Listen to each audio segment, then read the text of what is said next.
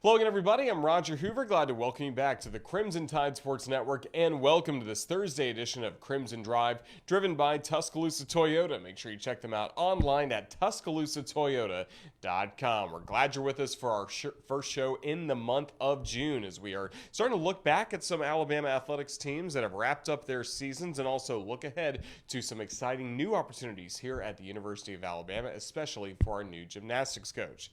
Start going through the headlines for today, and our headlines are always presented by RJ Young. They are the official technology solutions provider of Crimson Drive, and they've always furnished us with the smartboard to go through all the different headlines for today, starting with what is on the show. And speaking of, Ashley Johnston, she is back. She's with the Crimson Tide once again. She's now the head coach of Alabama Gymnastics after she won 2 national championships competing for head coach Sarah Patterson in 2011 and 2012. So we talked to her about taking over the reins of this Alabama Gymnastics program. They'll be visited by BamaCentral's Joey Blackwell as he'll talk to us about not only the SEC spring meetings, which he was covering down in Destin earlier this week, but also taking a look back at the Alabama baseball season that came to a close this past week in the SEC tournament in Hoover, Alabama. Other headlines across Alabama athletics. Take a look at track and field, and the men's team is ranked 10th in the country. It's been ranked as high as number 2 this year. The women's team currently ranked 18th, and next week in Eugene, Oregon, they'll be competing in the NCAA championships starting a week from today, so hopefully we'll be able to chat with the head coach of Alabama track and field, Dan Waters, before the championships begin on June 8th. Swimming, some more great news for Kinsey McMahon. She's now been named to the U.S. World Championship team, so we love to see that for Kinsey McMahon. And then, as I mentioned, the baseball team went 2-2 at the SEC tournament. The Crimson Tide started really strong with wins against teams that made the NCAA tournament in Georgia and Arkansas, and then finished with losses in some back-and-forth games and some really well-played games at times for the Crimson Tide to Texas A&M and to Florida. So a disappointing end to the season for the Crimson Tide on Selection Monday. On Memorial Day, everyone was watching to see whether or not the bubble team Alabama would be selected. As it turned out, Alabama was not selected for the NCAA tournament. So a tough end to the season, but we still saw Brad Bohannon's team take some steps forward throughout the course of this season. All those tight one-run losses. We'll talk about that with Joey Blackwell coming up in just a bit. But first of all, we want to talk with Ashley Johnston. She, as I mentioned, is now back at the University of Alabama, now as the head coach of the Crimson Tide gymnastics team, only the 3rd head coach since 1979. So we're excited to visit with Ashley and talk about what it's like for her coming back to Alabama. First of all, Ashley, roll Tide. Are you glad you can say roll Tide on a daily basis once again?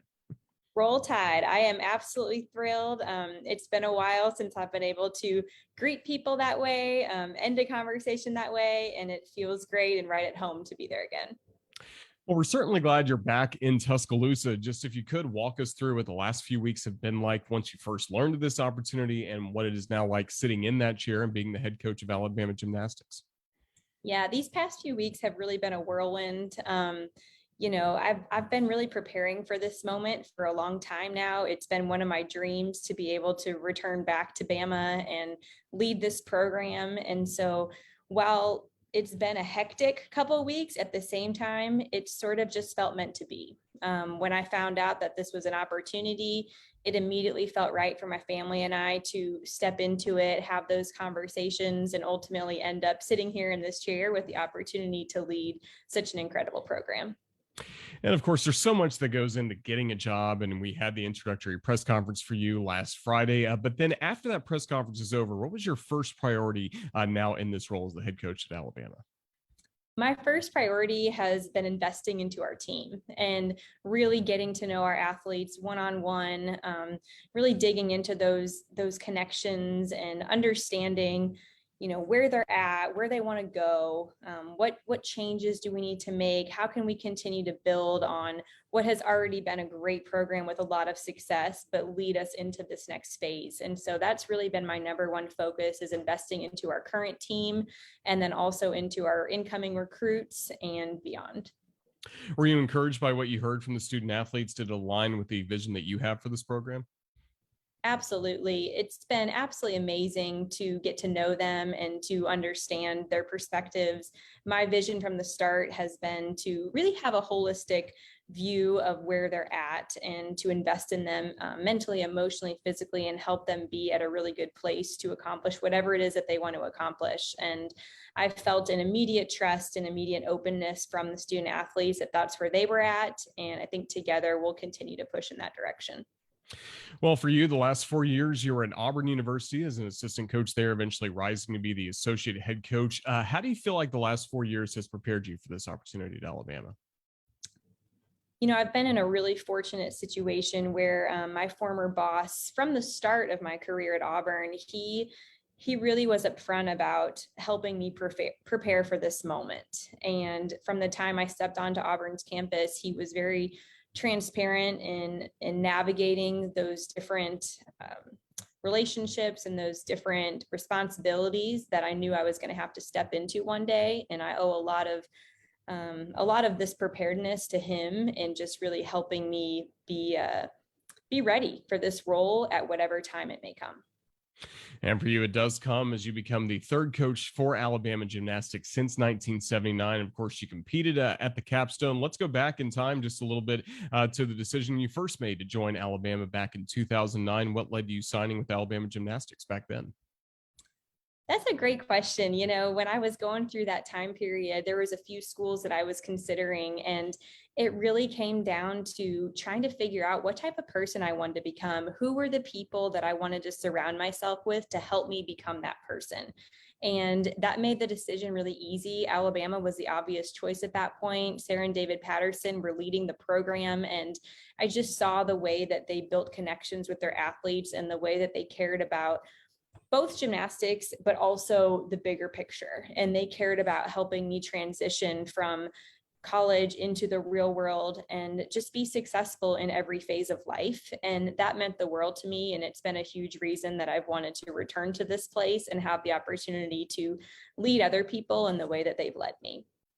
I'm curious, talking about your relationship with Sarah and David and everything they taught you. Can you give us one example of maybe in gymnastics, on the mat or on the apparatus, where they helped you the most, and then away from the competition floor, where have they helped you the most in your career and life? When I came in as a freshman, I had gone through a lot of different struggles and just needed some time to really learn who I was and what it was going to take for me to thrive in this environment. And I can remember Sarah just pulling me aside and having those one-on-one conversations. And she would encourage me to work on you, like work on you first, figure out what makes you happy. How can you, wake up every morning and find something to look forward to? And don't worry about the gymnastics. The gymnastics will come if you take care of you. And I think that for me was just a complete game changer, because she was one of the first people that cared so much about me beyond the gymnast. And she was right. The gymnastics did come when I focused on figuring out who I was and being the healthiest version of myself that I could be. Well, that is some really great moments for you, wearing the Crimson back-to-back national championships in 2011 and 2012. How fondly do you look back at those memories now, and does it feel crazy to you that now we're about 10 years removed from some of those opportunities you had to compete for Alabama? It does feel crazy. Time sure flies. But, as I look back, I have nothing but just incredible memories and amazing moments with my teammates, with my coaches. And I'm really grateful for those relationships and that sisterhood. And they continue to be some of my closest friends today. Well, now you're back at Alabama in the summer of 2022, and you mentioned that you've been reaching out to the student athletes, hearing what they would like for the future of this program. For you, how important is building the staff and having the support staff around you to help out the student athletes achieve the goals that they all want to achieve for Alabama? Yeah, it's incredibly important that I'm surrounded by people that are like-minded, in a sense where we share the same vision, we share the same philosophy. I think it's really important that we have a united front and that our team sees that we are all connected and value the same priorities. And I really think that it starts there, because if we are in alignment, then the team is in alignment, and that's ultimately how we're going to build to experience success together. What kind of qualities are you looking for in prospective student athletes for Alabama Gymnastics? What kind of young ladies do you want to be on this team?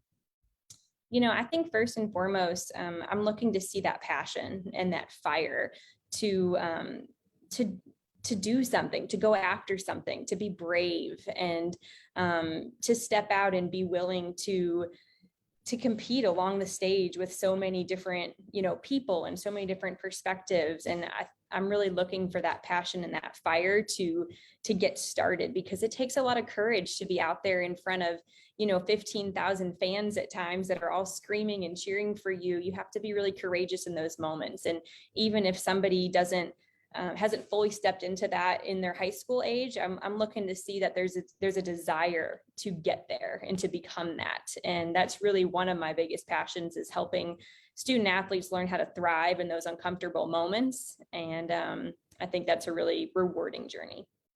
And of course, it's exciting when it is 15,000 people inside Coleman Coliseum watching Alabama Gymnastics. We knew there's a new competition arena that may be on the horizon as well. And I'm sure that really aids in recruiting as well when you're selling the vision of this program. There's so many new things happening here at Alabama. Absolutely. It's so exciting. There's so many things on the horizon. Again, we're already at this amazing place with so much tradition and rich history. And at the same time, there's an incredible opportunity to continue to build on that. And I'm just really honored and looking forward to that. And what would your message be to the fan base that's welcoming you back on campus now in this new role? I'm so thankful to the fans. We truly have the best fans in the country and in the world. And it's amazing to feel at home again and to get so many amazing messages from the fans. And I just can't wait to see them in Coleman Coliseum. I can't wait to run into them, around the community, and just really looking forward to building on those relationships. And if you see Coach Johnston, make sure you say Roll Tide to her as much as possible. We're certainly glad she's back at home in Tuscaloosa and now the head coach of Alabama Gymnastics. Ashley, thank you so much for your time. We really enjoyed the opportunity to get to know you better here on this edition of Crimson Drive. Look forward to having you on once again. Roll Tide. Thank you so much. Roll Tide. Fun conversation with Ashley Johnston. We're glad to welcome her back to Alabama now as the head coach of Alabama Gymnastics. We'll continue keeping you up to date throughout the summer on the staff she is building in Alabama, plus some of the preparation that's coming up during the summer, during the fall, for what's happening next winter when Friday Night Heights return back at Coleman Coliseum. So a big thank you again to Ashley Johnston for joining us. And now we'll switch gears a little bit, talking about some football and some baseball. Joey Blackwell covers both for BamaCentral, part of the fan-sided network, and he is able to really give us an up-to-date look at what happened this week during SEC spring meetings, as he was down there in Destin, Florida, taking a look at everything that was going on from spring meetings. We'll, of course, talk about some Nick Saban, Jimbo Fisher news right off the top, and then a look at the scheduling model as well. Plus, he also covered Alabama baseball on a daily basis this past season. So we also discussed the 2022 Alabama baseball season. But that and more coming. Joey, it's great to see you. How's everything going for you and the BamaCentral team? Good to see you as well, Roger. Thank you for having me. Things are going great. It's never a bad time to spend a week down in Sandestin for SEC meetings. So, got a lot of work done, but also got to relax a little bit. And we at BamaCentral are doing well. Thank you for asking. Well, let's just start there with spring meetings. What were your expectations going into what we could see this week, with everything still lingering from what we heard from Coach Saban, Coach Fisher a few weeks ago? And then what did we actually see and hear over the course of the past few days? Well, yeah, just a quick recap. Obviously, a couple of weeks ago, there was a lot of muck swinging back and forth between Nick Saban and Jimbo Fisher. Nick Saban, of course, said that Texas A&M bought their recruiting class this year with NIL. Of course, Saban has since then, even before this week, doubled down, saying that he did not say that they were doing anything illegal. Rather, he was just calling out that stuff like that, is legal, and that's what needs to be changed. Jimbo Fisher, of course, on the other hand, took that personally, which is understandable, having himself and his program attacked. So, of course, he had that emergency press conference. So heading into this week, that was kind of the main storyline that everybody knew was going to be asked about, not just from Jimbo Fisher, Nick Saban, but the other coaches as well. And so, of course, on Tuesday, on day one, we had Nick Saban come out there, and he really just repeated the same stuff. He was approached by a reporter that covers the Aggies, and asked him a couple of questions. The exchange got a little bit, heated a little bit, but Nick Saban pretty much, like I said, just doubled down on what he said, talked about how, he didn't mean to say that A&M had done anything wrong per se, and then he proceeded to go and talk about, how he thinks NIL, legislation is needed and warranted right now. Just because, the rich get richer and the poor get poorer under the current model with little to no regulations of pretty much anything. He also addressed collectives. Jimbo, on the other hand, was yesterday, which was Wednesday, and spoke a decent bit about it. But really, he kind of just kept bringing it back to the same thing. He said that he had talked to Nick Saban, and said that he didn't say they use the word cordial, but from what he said, it sounded like it was cordial, and they worked things through. After the first couple of questions about it, he pretty much said that we're moving on. And near the end of his press conference, he said that they had wrapped a bow. He was going to wrap a bow on it, and then he joked he's going to double knot that bow on it. So hopefully this won't come up again. Hopefully we've seen the last of it, and hopefully the only two times these guys will be going up against each other is on the gridiron, which of course can't wait for that October 8th game. That's going to be a good one. Yeah, that was going to be my next question. Could this pop up again during SEC Media Days or in the build up to October 8th? Because again, in the media, that's all it's going to be really talked about is still something from talking season. I mean, this has happened throughout SEC history. It's really nothing new, but do you feel like this could pop up again? Oh, no doubt. I don't think it'll be brought up by them, but I do think they will be asked about it at SEC Media Days, and no doubt in the week leading up to the Alabama A&M game, that's going to be a huge topic of conversation. Once again, not by the coaches, but the media and the fans will definitely be wanting to, kind of use that as fuel to elevate the metaphorical fire of the game. So no doubt this will come up again, but hopefully we won't have any, we don't have any statements from the coaches and that they can go on their merry way and prepare for summer football, because that'll be here before we know it. Well, the center of all that was name, image, and likeness and what the future may look like for NIL. Was that really the focus from your understanding of the coaches meeting when they were able to meet, or athletic directors meeting with Commissioner Sankey? Yeah, I think that was a huge topic of conversation. Jimbo Fisher was the committee chair of football this year, which is a position. For people that don't know, it's a position that rotates among the coaches every year, and this year just happened to be Jimbo Fisher's. And he talked about how there was a lot of conversation and a lot of opinions being thrown around. Of course, there's nothing to be voted on right now. The conference can't really change its legislation on it right now, but it was a huge topic of conversation among them. Another key topic was moving the transfer deadline for interconference transfers. That was another huge topic. Once again, no voting on that, but a lot of the coaches were able to kind of let their opinions be heard and known by the conference. So no changes this week. There will be some things that are voted on tomorrow, I think, by the chancellors, but nothing as wide sweeping as what we've been currently looking at with the coaches. So hopefully those are changes that need to be made, and we'll just have to wait and see what goes on with those. What can you tell us about the conversation around scheduling, especially for when the SEC adds Texas and Oklahoma in a few years? It seems like the 9-game schedule is favored by most of the coaches and the commissioner. Once again, no voting, but from what I've heard, that 9-game conference schedule with three non-conference opponents seems to be, a big deal. One thing that Jimbo Fisher brought up yesterday, I thought was a very good point, was he thinks that there should be, that 3 extra non-conference games shouldn't all be Power 5. He thinks one of those teams should be an FCS, a Division II team.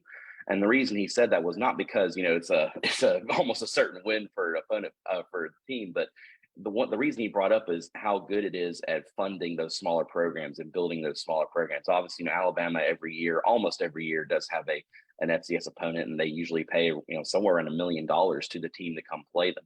And he's talking about how beneficial that is for smaller programs. And if these teams are forced to play Power 5 non-conference, then that goes away, and these smaller programs are going to suffer even more than they already are with the advent of the NIL and transfer portal. So I thought that was a very good point brought up by him. It looks like the 9 conference game model is the favored one. There are also some ideas thrown around about a 10-game or an 8-game model. But from what Commissioner Sankey said yesterday on Wednesday, it seems that 9 games is probably the likely option that they're going to go with. Football really takes all the headlines in meetings like this, but we know the basketball coaches were also there. Did you learn anything from the basketball side that they may have talked about the last few days? Unfortunately not. The way that the SEC meetings are structured is the football coaches do have a scheduled time to speak, but with basketball, it's pretty much grab them if you see them. And we were told ahead of time that Nate Oates wasn't going to be available for any sort of comment, so we weren't able to talk to him. So that was unfortunate. But from what I've heard, the meetings were productive. But as far as actual news, one news item that did come out that Commissioner Sankey said last night was brought up was the possibility, the possibility of moving the SEC championship, the SEC tournament title game from Sunday to Saturday, and kind of doing that shift. So that was one item of conversation that was brought up by the coaches that's being taken under consideration. But Greg Sankey said that might be a while until we see that actually change, just because, of course, there are contracts with tournament sites like Bridgestone Arena in Nashville. I think they're supposed to have it the next 5 years, and there's a 5-year option for an extension after that. So, but obviously, at Bridgestone, there's a lot of events being held. You also have, of course, the Nashville Predators play there. There's big concerts that are there. So you really have to be careful about, potentially moving those dates, and you have to know that way in advance. So that was probably the most interesting thing that I heard that the basketball coaches talked about. No doubt that'd make our lives as sports writers easier. Having the championship game on Saturday and then having Selection Sunday the following day would make it a lot easier. So that was a pretty exciting topic of conversation for them. Yeah, I'm sure Rick Barnes and Buzz Williams, the two coaches from the championship game, did well. Coach Barnes at Tennessee didn't feel like he was seated properly, and then, of course, Texas A&M didn't get in the tournament after their great run. So I can definitely see why that would be a topic of conversation for those guys. Let's switch gears to baseball. Of course, you covered Alabama baseball all throughout the season. Just what were your main takeaways from what we saw from Coach Bohannon's team in 2022? Well, I think one of the key things we saw, and Coach Bo pointed this out over the course of the season, at the time that it happened, midweek games were highly important for this team. They lost 5 of them in the first half of the season, and including being swept by UAB. And I think that was ultimately the downfall of this team. They only had one less win than Ole Miss. But, one of those losses was to a Southern Miss team that's hosting a regional. You had the season sweep by UAB. You had the game UT Martin loss and UNA loss. So I think those are the wins that came back to haunt them. I think if they win just 2 of those games, have 33 wins instead of 31, I think they might make the tournament. But, that's all, in the past now. But I think, overall thoughts on the team, I think that the pitching was dramatically improved compared to last year. I know bullpen was kind of scary early on, but once, players like Ben Hess started settling in, I thought they looked really good. Antoine John, of course, came back from injury there near the end, and he did a decent job. Hunter Hoops was doing fantastic as a reliever before, of course, he got injured. So I really like the way where this pitching is going. Hitting was a concern pretty much the whole year. They started off hot, but then they really cooled down and were never really able to find the rhythm again until the SEC tournament.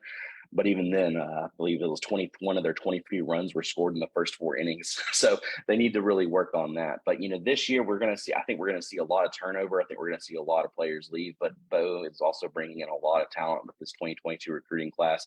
That being said, if they decide to go to Alabama and not go to the MLB in the draft. But there's still a lot to look forward to for this baseball team. But I think we're going to see a very different ball club come 2023. And you mentioned a lot of that is with your recruiting class. Do you expect Alabama will be aggressive once again in the transfer portal? There were 2 really key pieces brought in from the portal last year, and Tommy Seidel as well as Dominic Temez. No, I think with the current game of baseball, I think you have to hit the ground running as soon as the season's over and try to bring in those top tier transfers, just because, we touched on it with football as well, the instant transfer, no longer having a waiver. So I think that the scope of baseball has changed just as much as a big sport like football or basketball in transferring. So if you want to succeed, you are going to have to get those get those key transfers. And no doubt, we all knew coming into this past year that Garrett McMillan was going to do a great job coming from Shelton State. We need to talk, of course, about Tommy Seidel from Harvard. We'd seen him play. Same for Dominic Temez, who, of course, played at Arkansas before playing in a community college for a year before coming to Alabama. So I think it's very important. There's still a lot of untapped talent, at the lower levels of college baseball that can come up. I really think that if they want to succeed, they're going to have to do that. Well, baseball is done. Softball is done. We still have track and field competing, and hopefully good news for them coming up the next few weeks of the NCAA championships. But for you, what's kind of the focus now as we get into the offseason, you and the BamaCentral team, is we know media days will be here. Football will be here before we know it. But kind of in these next few weeks in June, what's on your plate? Yeah, well, we're going to start a series here in about a week or so, talking about 22 questions for this football team in 2022. That'll keep us writing for a little bit, heading into SEC Media Days. We also have a couple of other surprise series coming up that I can't really talk about right now that will kind of, segue into SEC Media Days this year. So even though there's not a lot of sports going on, there's still a lot of talk about heading into next year. And no doubt BamaCentral and myself will be there to cover it. Joey Blackwell, Sports Illustrated's BamaCentral. Joey, just thank you so much for joining us. Have a safe trip back to Tuscaloosa from your time at the beach of the SEC spring meetings, and we appreciate your coverage. Thank you. Absolutely, Roger. Thank you for having me. That's Joey Blackwell, does great work covering the Crimson Tide for BamaCentral, part of our Writers Row series, as we're going to be talking with a lot of members of the media, especially that cover Alabama football, coming up in the next few weeks as we get closer and closer to the start of fall practice coming up in early August. And then again, the season will be here before you know it. So we're going to have a lot of content coming up in the next few weeks here on Crimson Drive, as we'll be live on Thursdays at 2 p.m. all throughout the month of June. We will take a little bit of a break first couple weeks of July, and then we'll be back right after SEC Media Days to lead you right into kickoff, and of course all throughout the academic year of Alabama athletics that's coming up. So it's going to be a very busy time here on Crimson Drive, driven by Tuscaloosa Toyota, and we certainly hope you can join us again next week at 2 p.m. right back here on the CTSN Facebook page and all of our social media outlets. Till next week, so long everyone.